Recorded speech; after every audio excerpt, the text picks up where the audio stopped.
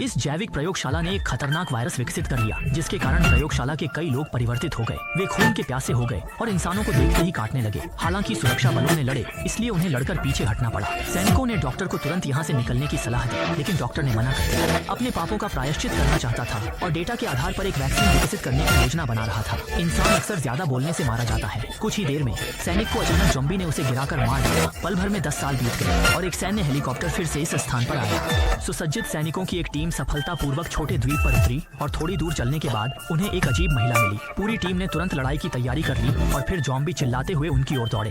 कप्तान ने सीधे उसे मार गिराया, लेकिन गोली की आवाज ने और अधिक ज़ॉम्बियों को आकर्षित कर लिया। चारों ओर से ज़ॉम्बियों को आते देख कप्तान ने पीछे से हटने का आदेश दिया, लेकिन आश्चर्य की बात यह थी कि यहाँ भी ज़ॉम्बियों से भरा हुआ था। पीले बालों वाला शख्स ज़ॉम्बियों से लड़ रहा था। उसका ट्रांसमीटर गलती से गिर गया, उसे इसका ध्यान नहीं दिया। वे सुसज्जित थे, ज़ॉम्बियों की संख्या बहुत अधिक थी। जल्द ही एक महिला सदस्य को जमीन पर गिरा दिया गया। लीडर ने यह देखा, मदद के लिए आगे बढ़ा। वह ज़ॉम्बी को खींचकर अलग करना चाहा। अनजाने में ज़ॉम्बी के दोनों हाथ खींच लिए। अंत में उसके बाल पकड़कर एक गोली मारकर मार दिया। दुर्भाग्य से महिला सदस्य को पहले ही काट लिया गया था। टीम के साथी ने यह देखा और जल्दी से आगे बढ़कर उसके घाव को बांधने लगे। जैसे ही आसपास के ज़ॉम्बी धीरे धीरे साफ हो गए, कप्तान ने आगे बढ़कर रास्ता देखने का निर्णय लिया, लेकिन एक पल की चूक में झाड़ियों से निकले ज़ॉम्बी ने उसे जमीन पर गिरा दिया और वह वहीं खत्म हो गया। उप कप्तान अवेई ने अस्थायी रूप से कमान संभाली। जल्द ही वे लोग प्रयोगशाला के आधार पर पहुंचे और वहां के ज़ॉम्बी भी शोर सुनकर उनकी ओर दौड़ पड़े। जिसके बाद एक अराजक लड़ाई शुरू हो गई। जैसे ही सब लोग संकट में थे, दूसरी टीम के बचे हुए लोग समय पर पहुंच गए और संकट को अस्थायी रूप से टाल दिया। सभी लोग प्रयोगशाला में पहुंचे। बातचीत के बाद पता चला कि सबका उद्देश्य एक ही है, जीवित बचे हुए डॉक्टर को ढूंढना।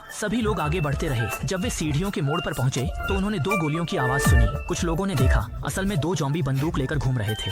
अवे इन 2 ज़ॉम्बी को खत्म करने की तैयारी कर रहा था। अचानक प्रकट हुए एक आदमी ने उसे गिरा दिया। अवे ने यह देखकर आदमी से तुरंत बंदूक नीचे रखने को कहा। आदमी ने समझाया कि वह इस प्रयोगशाला का डॉक्टर है।